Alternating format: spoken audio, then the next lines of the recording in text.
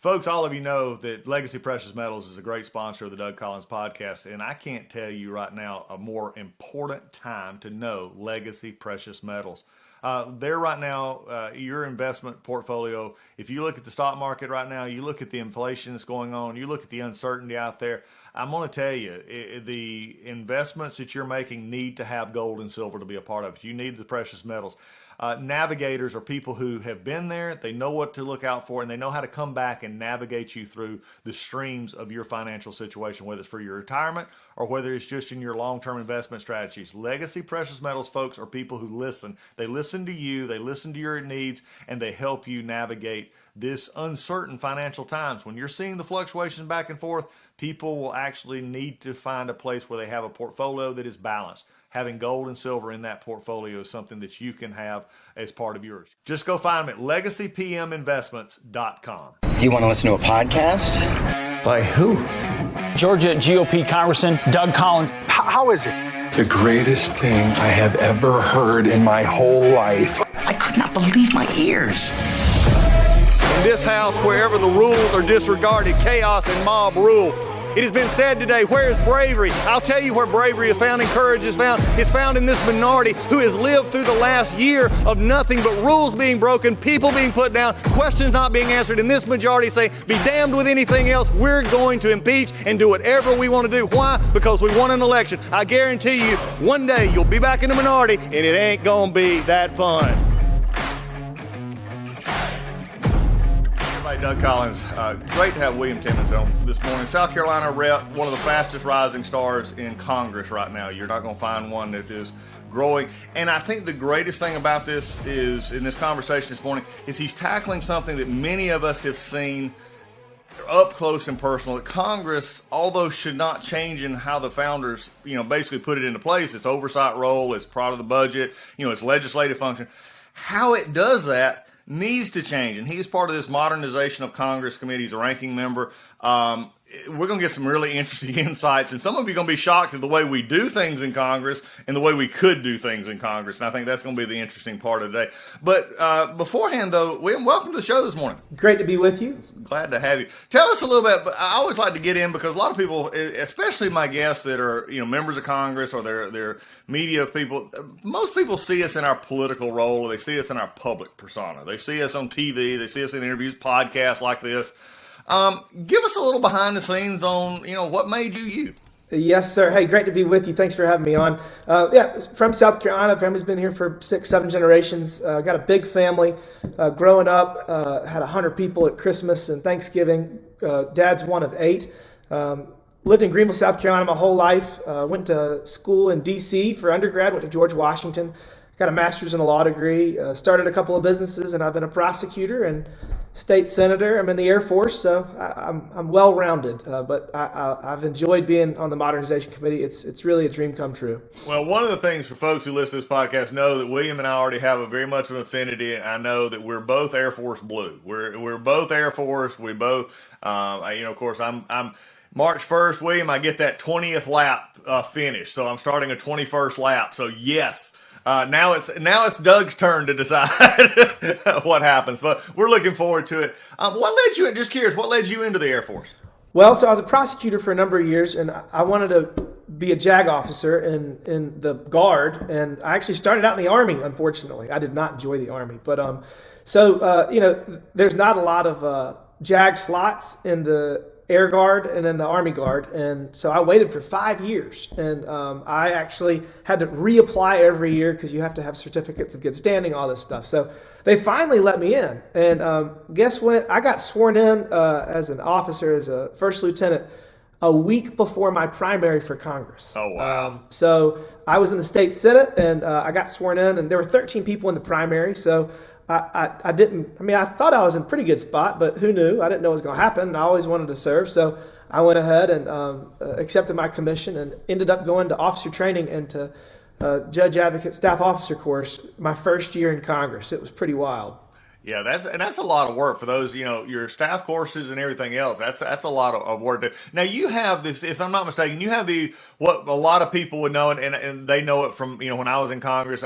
So a lot of people still know, oh, that was the old Nathan Dill seat, or that was the old Tom Gray seat. You were the old Trey Gowdy seat, correct? That's right. He always threatened to not run again, and we thought he was just saying that, and then he finally actually held true to it. I don't think he's ever regretted that decision. He's happy now. Yeah, now listening to Trey and talking to him occasionally, I've had a chance. Yeah, I think he's doing pretty good for himself on that part. Now, you also had a unique experience when you did work in Washington, D.C., and you worked on the Senate side, correct? That's right. My first job out of undergrad, I was an intern and then a staff assistant for then the Senate Majority Leader, Bill Frist. So my first job out of college was on the Hill, and it's crazy being a member now. Now, it is, and I remember going back, and I had this unique experience my last few years in Congress. I was an intern in 1987 in the United States House with a gentleman named Ed Jenkins, who actually served the 9th District of Georgia, which I served. And he was a part of the Iran-Contra. He was one of the lead members. Back when members were, instead of attorneys, were sort of the leads, he was the one that actually questioned Ollie North. And it was sort of funny. Here's this old country lawyer from North Georgia, in the biggest stage of the world. And that got me involved in it. But what was interesting was in my office, my last few years was in Longworth, and I could look down at the office that I worked in and remember calling my wife, sort of sitting in that office, then she was my fiance back then. And so it just brought back a lot of memories. But this sort of lays a great groundwork for what I wanted to spend the bulk of our time discussing today. Now, we could discuss Carolina football or Georgia football, but we'll save that for a little bit. But you've got a unique experience now. You were there in the Senate, but in the Congress, a number of years ago, and now coming to today. Give me your feel on what Congress looked like. I can tell you what 87 looked like. You tell me what your time in Frist's office looked like to what we're seeing today. So it's very different. So that was 2006 is when I was on the Hill. It's very different. The Republicans and the Democrats, they had their arguments, they had their fights on the floor, and they then went and had a cocktail after. They were friends. They were friendly. They were respectful to one another. I remember very vividly, Ted Kennedy gave this incredible speech on the floor, just talking about how incredible Bill Frist was.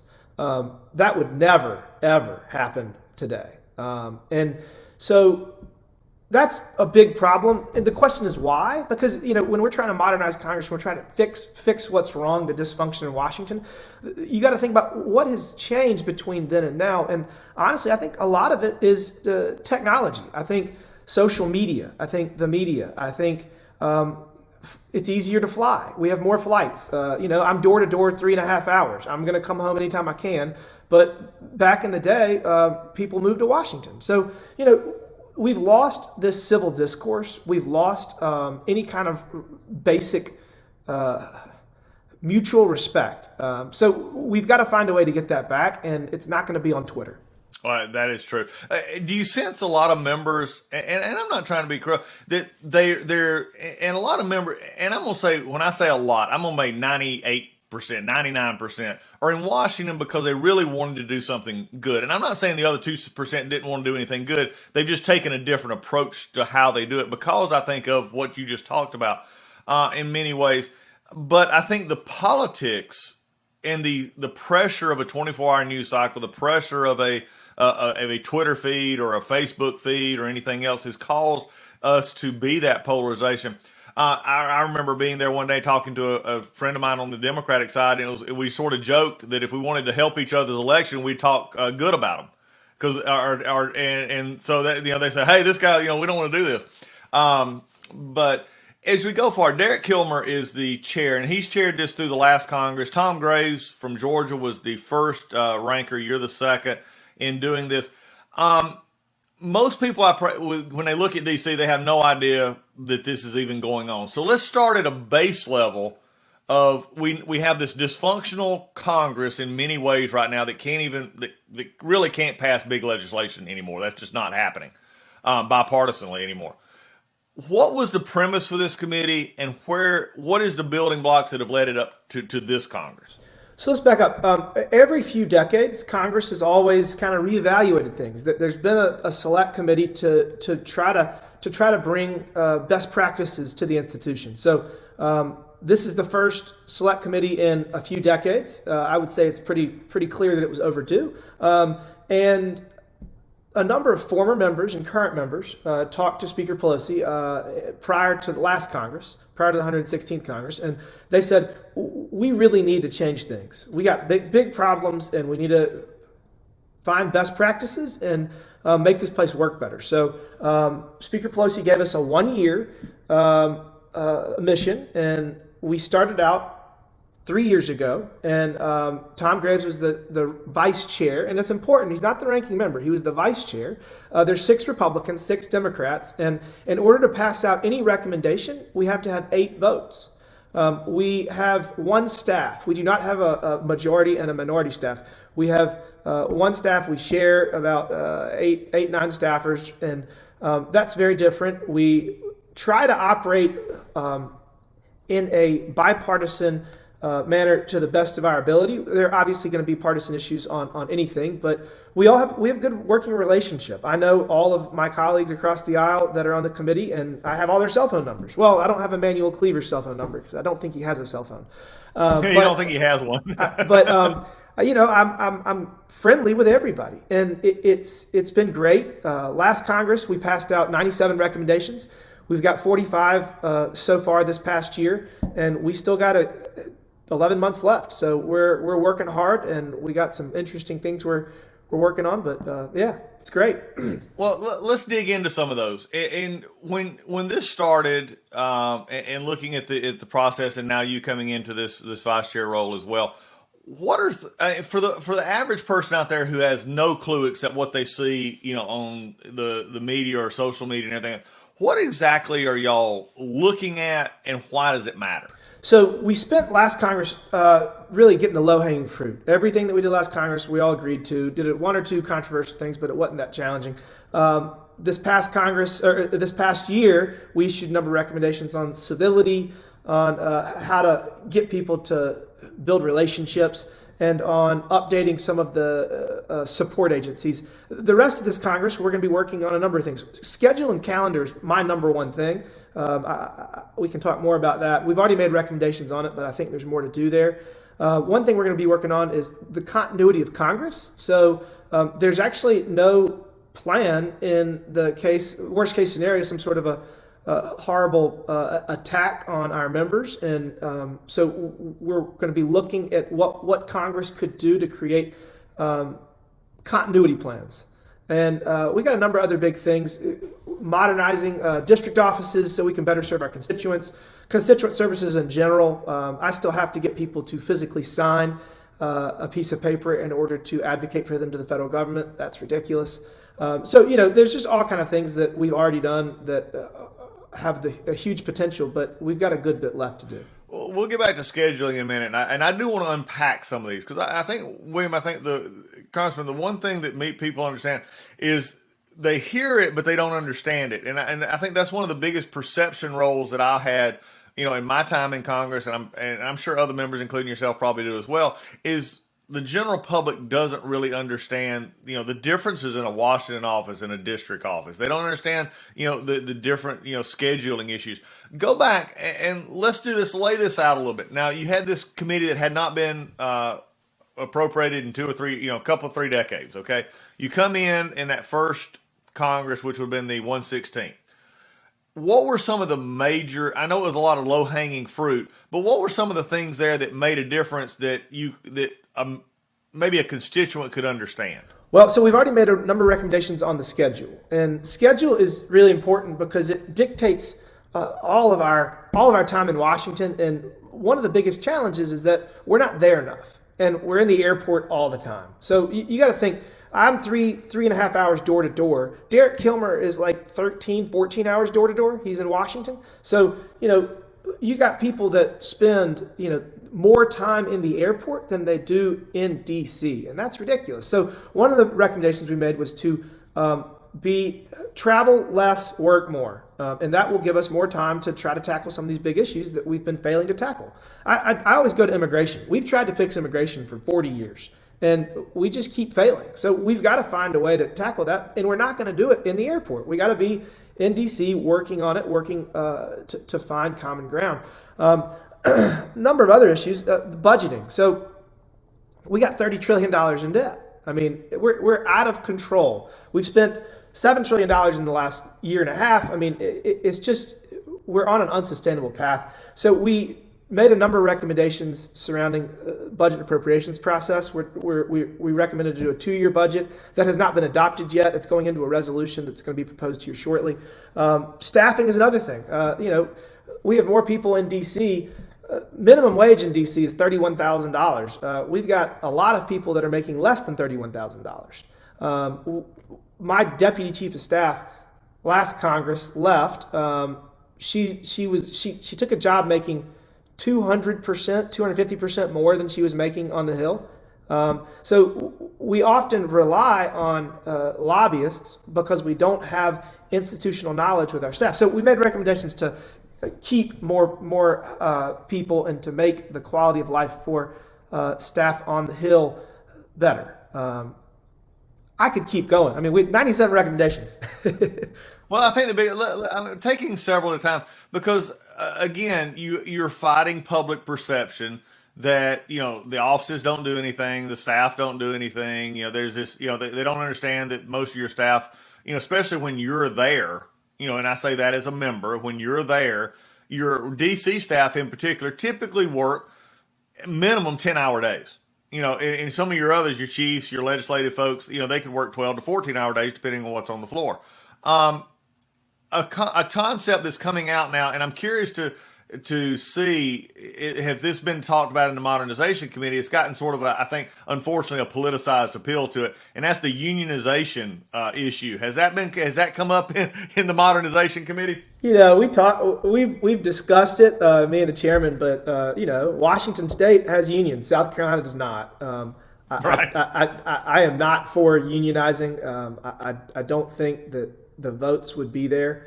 It's also not really functional. We have 435 offices. So I don't think most people know members are responsible for their office. They generally have 6 to 8 staff in DC and 3 to 7 in the district. And we get a budget, the members' representational allocation, the MRA. It's $1.4-ish million a year. And we are in charge of pretty much everything. So the theory that they could unionize doesn't really make sense. I mean, 14 people, it just doesn't make sense. Now, there's this argument that the support staff in DC could try to. I don't see it happening. But we will not be talking about it in the Modernization Committee. Well, I think in some ways, though, also, William, and there's so many things that get blended in with the political aspect of this is more than it is anything, the practicality aspect. Let's go back to scheduling for a second, because you hear this all the time. How many times have you, as a member, you've heard this, well, I never see you in the district anymore, or you don't ever work in Washington, D.C., you're never up there, y'all never do. It's that constant tug, and I think it goes back, frankly, almost 30 years when Speaker Gingrich came in and said, we're not going to get Potomac fever, we're going to be back in our districts. And so the schedule all of a sudden, and some of this relational stuff that you talked about, started to disappear a little bit. And again, you and I understand this, but for the podcast listener who's trying to understand why Congress is Congress, when I tell you it's a Monday, Thursday week or a Tuesday, Friday week, you get it because you're there. You understand I'm coming in on Monday, which means that basically you have what I called a bed check vote on Monday night at 6:30 to make sure everybody was there. It's just and now with with proxy voting, they don't even have to do that. And you leave around 12-ish on Thursday to get back and go at it. And then you flip the switches up. So when you're talking scheduling reform, what exactly are you talking about? And is that going to be a lifestyle change for members?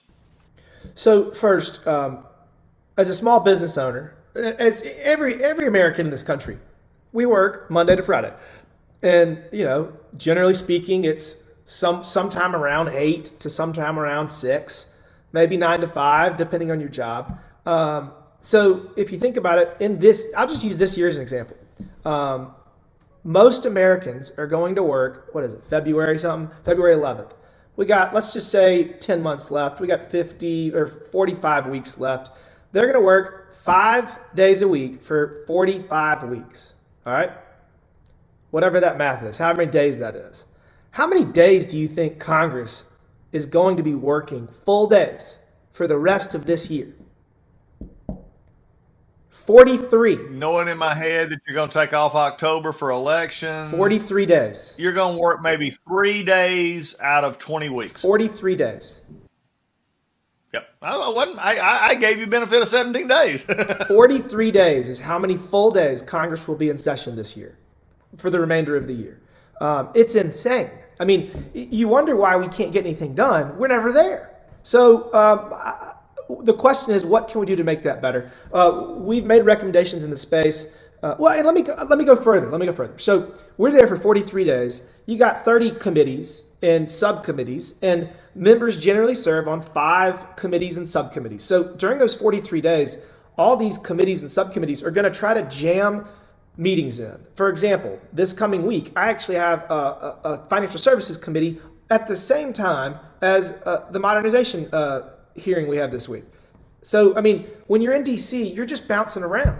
You've got votes, and votes are part of the problem. You've got committees, subcommittees. You've got you've got constituent meetings. You've got all these different things and you still got to fundraise, which is terrible. So, we do not spend enough time in DC. And in the 116th Congress, the first year, I used that because it was pre-COVID.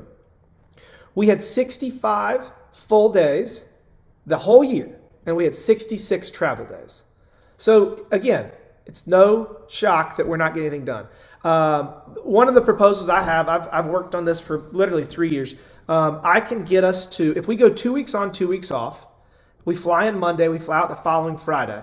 I can get us to 102 full days and 24 travel days.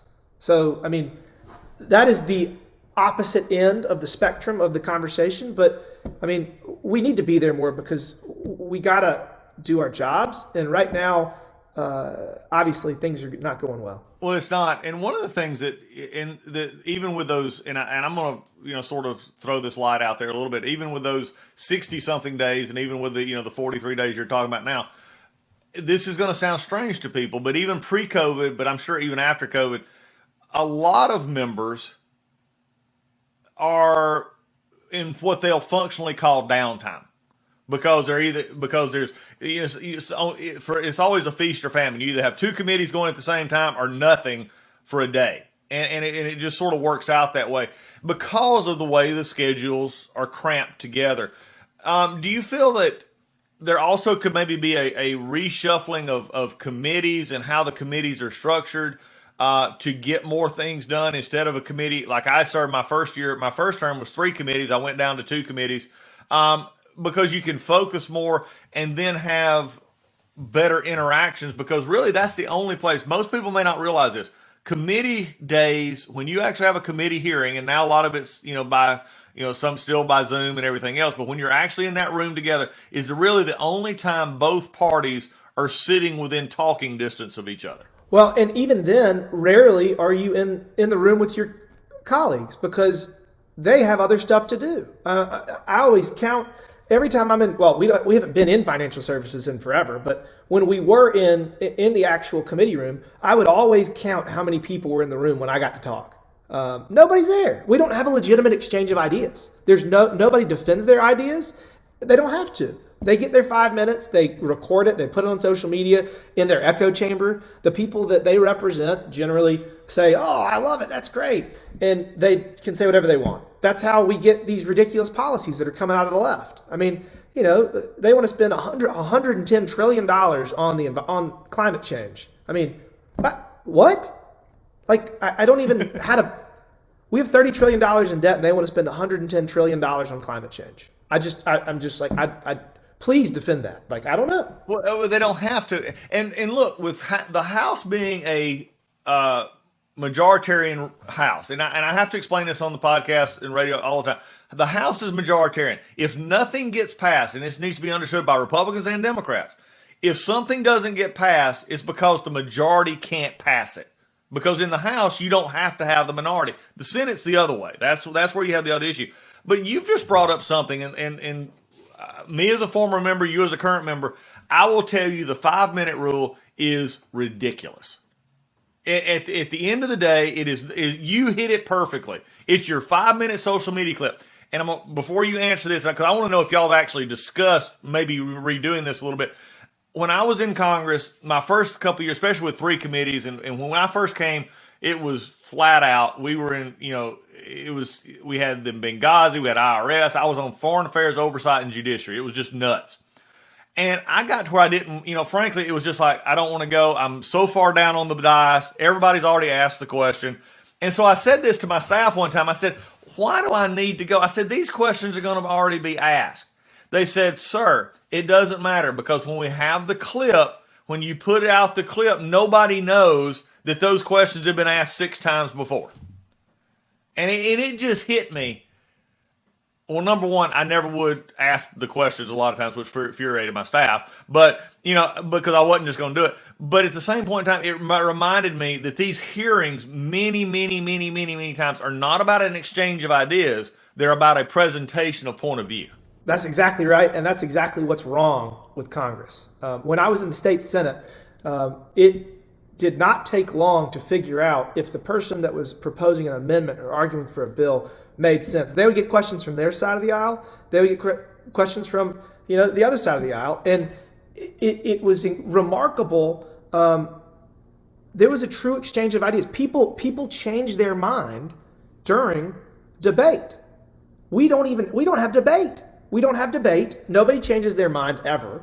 Most people don't even know what the issue is. Voting on the floor, it's wild the way that this place operates. And honestly, it's not surprising that we're in such a bad spot as a country right now.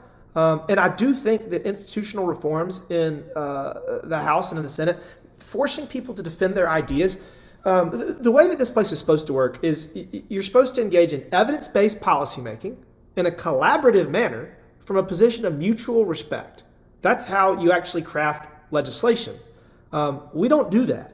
We don't do that at all. And no matter what the issue is, you're supposed to take the spectrum from one side or the other. Let's say you got 100 votes. The two fringe are never going to agree. They're never going to agree to anything. So you almost have to start with the 80% in the middle and find the 60%. That's how it's supposed to work. We just don't do that. We don't do that. We did that in the state Senate. We do not do that in Congress.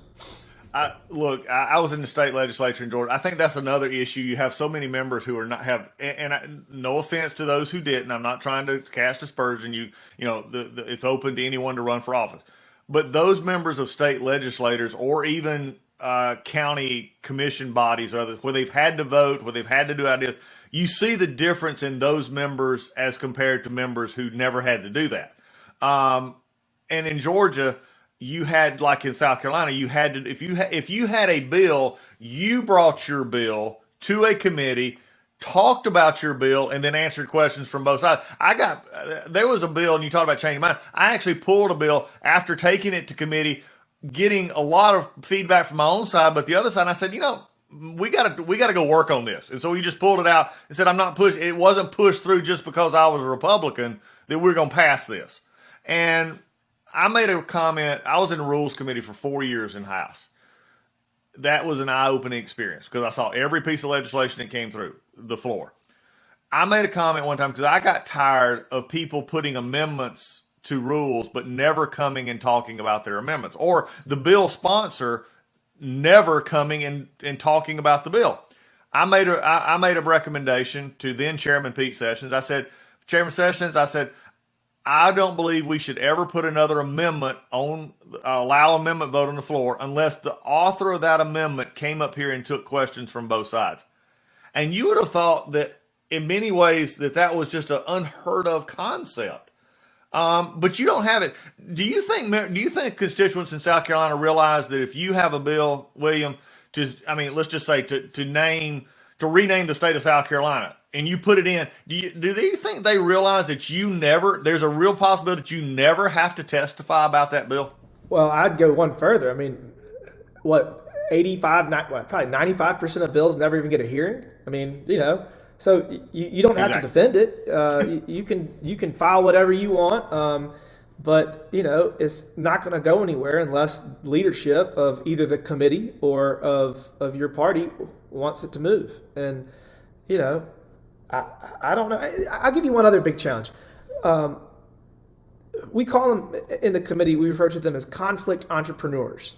So you've got people that are creating, millions of people are following them on social media. They're fundraising millions and millions of dollars. AOC is a great example. She doesn't have a seat at the table. She's not actually engaging in legislating. I mean, and it's wild.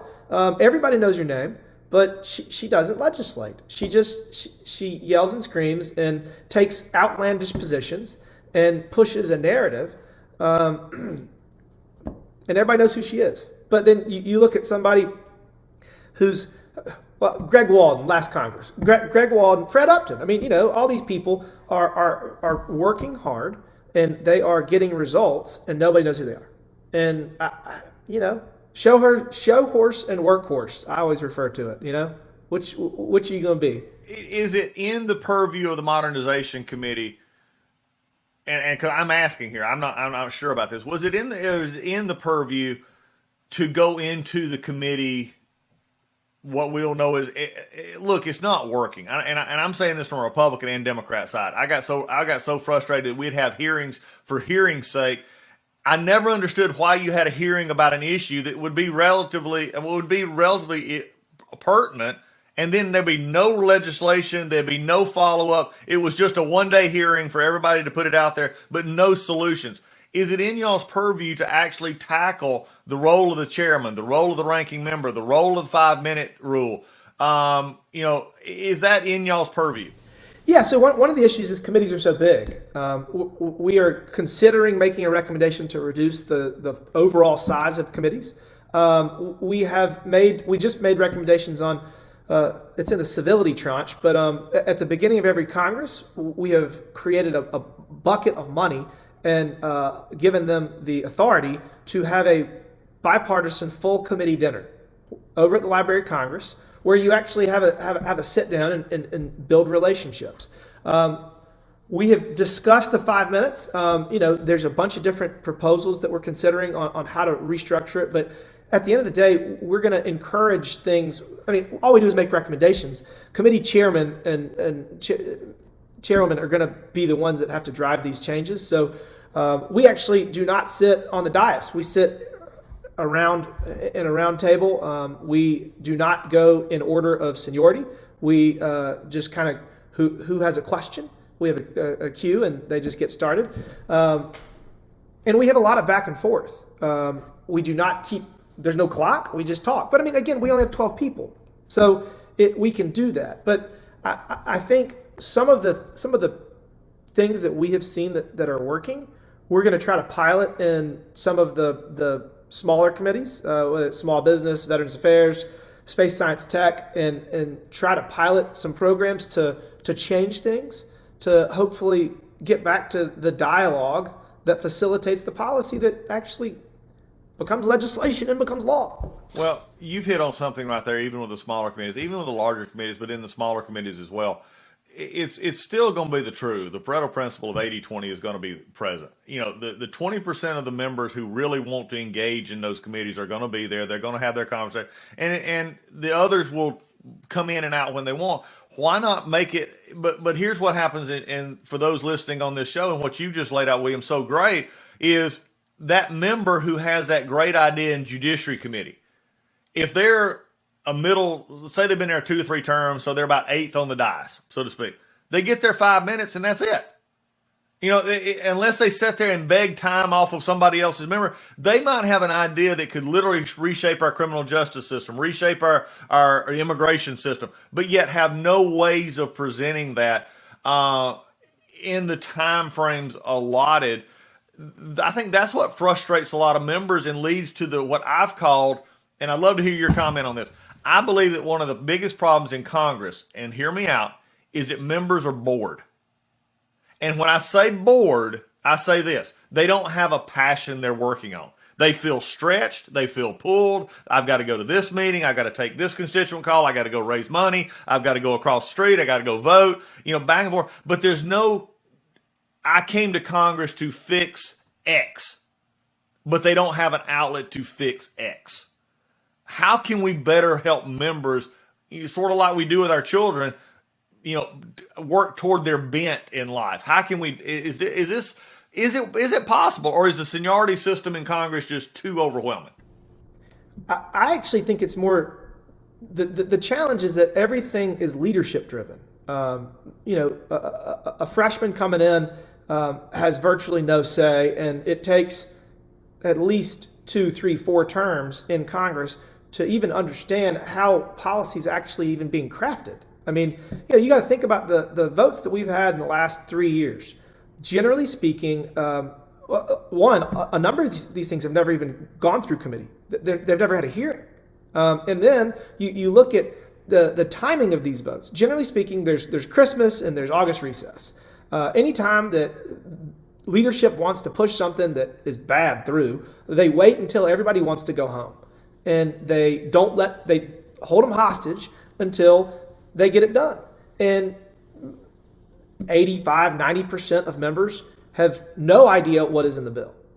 I mean, they have the talking points that were given that are a page long, but these bills are thousands of pages long. It's crazy. So what do we need to do? We need to reinvigorate the committee process. We need to actually use committees to have hearings, to craft legislation, to talk through the issues. So when it gets to the floor, I can go to somebody on that committee. I mean, you're not going to be in every single piece of legislation, but you have friends, you have people that are like-minded, and you go to them and you say, hey, tell me about this. And they sat through the entire process. They know everything in the bill. And we don't do that now. So we've got to get back to using committees to actually drive legislation, and that's how it's supposed to work. Well, it seems to me also in Congress, and I've talked about this a lot, that Congress, I feel like, has gave up a lot of its authority to start with to the executive branch. It's almost like the president in either party, and I'm not talking, any personality here, but the parties on the Hill defer to the if it's their party in the White House, they defer to the White House back and forth. And that affects oversight. It affects a lot of different things that we see in Congress. But I want to bring out one, though. Correct me if I'm wrong here, and I may be. Armed Services is the largest physical count committee, correct? I do believe that's correct. Of members. Okay. And last time I checked, and I'm going to say I could be wrong, you're talking about 50 to 60 members, I think, on that committee. I think it's closer to 60. It's closer to 60. How in the world? I want people to understand this. Even on a 5-minute rule, that's an all-day, for one issue, is an all-day plus event. Is there, when you talk about sizing up committees, has that been a discussion of, say, look, the 60 committee is, you might as well have as an ad hoc committee of the House as a whole? Yeah, no, we have talked about reducing the overall size of committees. I think Speaker McCarthy, next Congress, is going to seriously consider doing it. We're going to have a lot of turnover. So the whole issue is we have to expect, as members of Congress, to serve on fewer committees and subcommittees. Right now, 5.4 is the average, but you got some members. Rodney Davis is on 4 or 5 committees, like full committees. You have a number of members that are serving on 8, 9, 10 committees and subcommittees. It's just too much. And so if we reduce the overall size of committees, members will be able to focus their efforts more, and hopefully those committees will then start to actually do their job as opposed to what we're doing now. It is it. And look, there's so many other things that, we talk here about budgeting. Let's go back to and you mentioned something that people, unless they have a dealing with a congressional office, have no idea about. And this deals in the actual running of an office, the permission form, so to speak, that you have to get consent to help a constituent. which you have to get a physical signature. You have to go through this whole process, which is just crazy. Let's switch from legislation committee part. What is some of the things that the Modernization Committee has looked at to make, because one of the things that we dealt with is each, as you said, each office is different.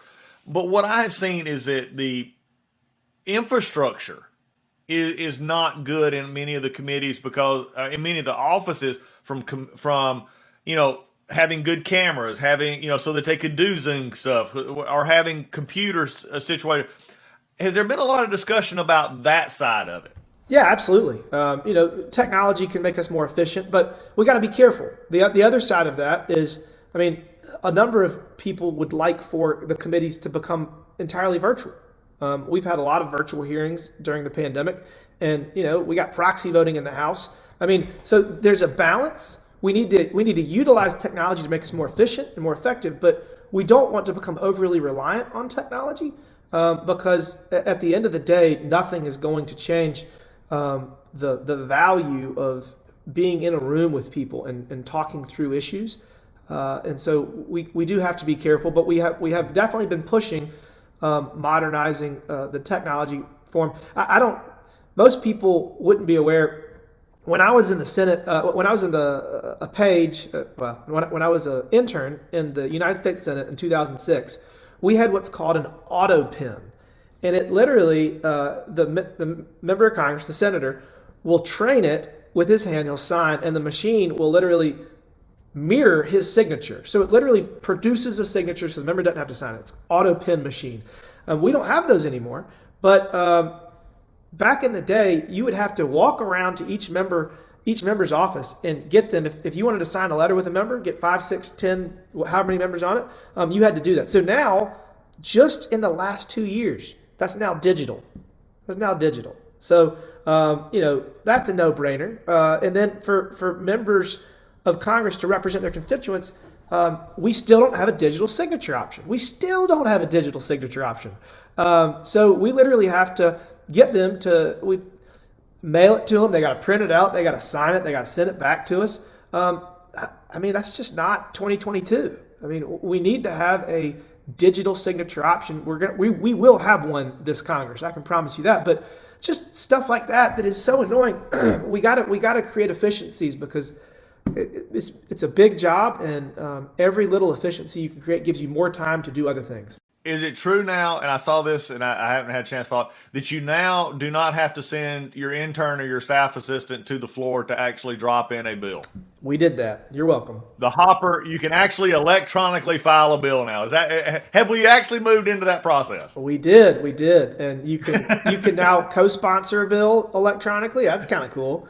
Yeah, it's wild. But one thing we haven't talked about. One thing that we haven't talked about that I'd love your input on. We're talking about making a recommendation in this area. The vote schedule on the floor. So if we have a schedule that allows us to be in Congress more, and we're actually there more, so we have more full days, we could create voting blocks. For example, fly-in day, 6:30 on the first day of the Congress. We put it in the actual rule that on fly-in day, the vote will be at 6:30. On full days, votes will be from 1 until 2 and from 5:30 until 6:30.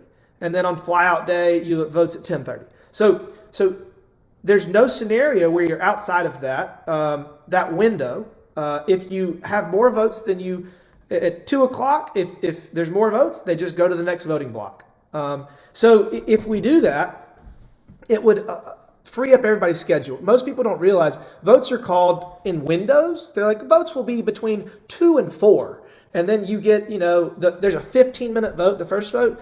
The last one was held open for 49 minutes. So you get to the floor and you're just sitting there like, all right, great. Are we going to do this? Like, what are we doing? And so, we have these ridiculous voting blocks where you have 435 members of Congress just looking around at each other being like, wow, I had other things to do right now. I was in committee and they pulled us out for this. And so, what do you think about the whole idea of having these voting blocks? We'd still give leadership the ability to change it, but they would have to give a little bit more notice.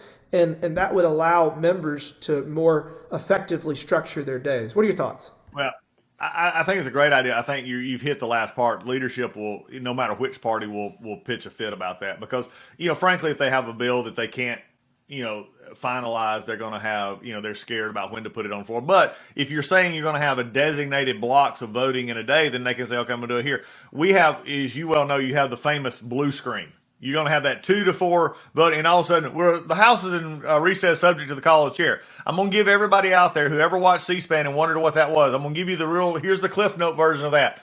We want to pass this bill, but we don't have the votes. We got to come back later. That's your Cliff Notes version right there. We're in total panic mode.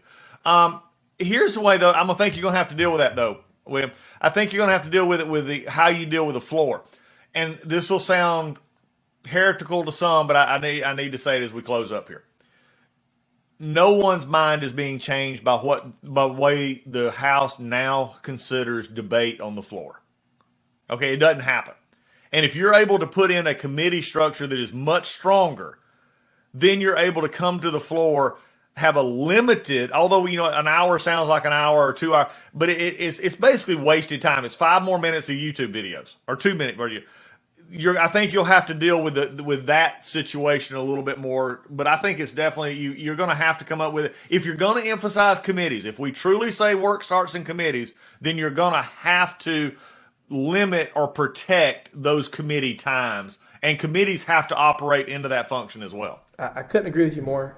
And as for the floor vote thing, I think if we structure it right and we create appropriate caveats, I think we can get leadership on board.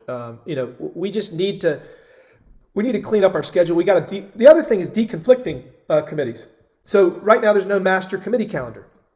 We made that recommendation last Congress, and the House is working on creating a master committee calendar. Just so at the very least, I think we can get to block scheduling where it's just like high school. It's not hard, and that would deconflict committees, but we got to find a way to get people in the chair so they're sitting there listening to the debate. Right now, there's just no exchange of ideas. We've got to get back to that, and we've got to build consensus around issues. And most importantly, we have to point out terrible ideas when they're terrible. And you can't just yell and scream about it. Defund the police is probably the best example of that. That was a terrible idea. And we allowed, as a country, it to just kind of like catch fire. And then all of a sudden, you have, twice as many law enforcement deaths, and we have crime and looting, and nobody's doing anything about it. And, if they had to actually sit there and defend their ideas as opposed to scream into the echo chamber, it would have never worked. They would have never done it because it's terrible. It's a bad idea. But here we are, and they've realized most of them have realized that they're wrong. And the ones that are still pushing it are being alienated even by the left. Well, it goes back to what we got to say is I think everybody thinks of Washington. They have the ideal of Mr. Smith goes to Washington. The reality is it's nowhere close because you're not having the exchange of ideas. And frankly, we're not having the exchange of ideas in media or anywhere else.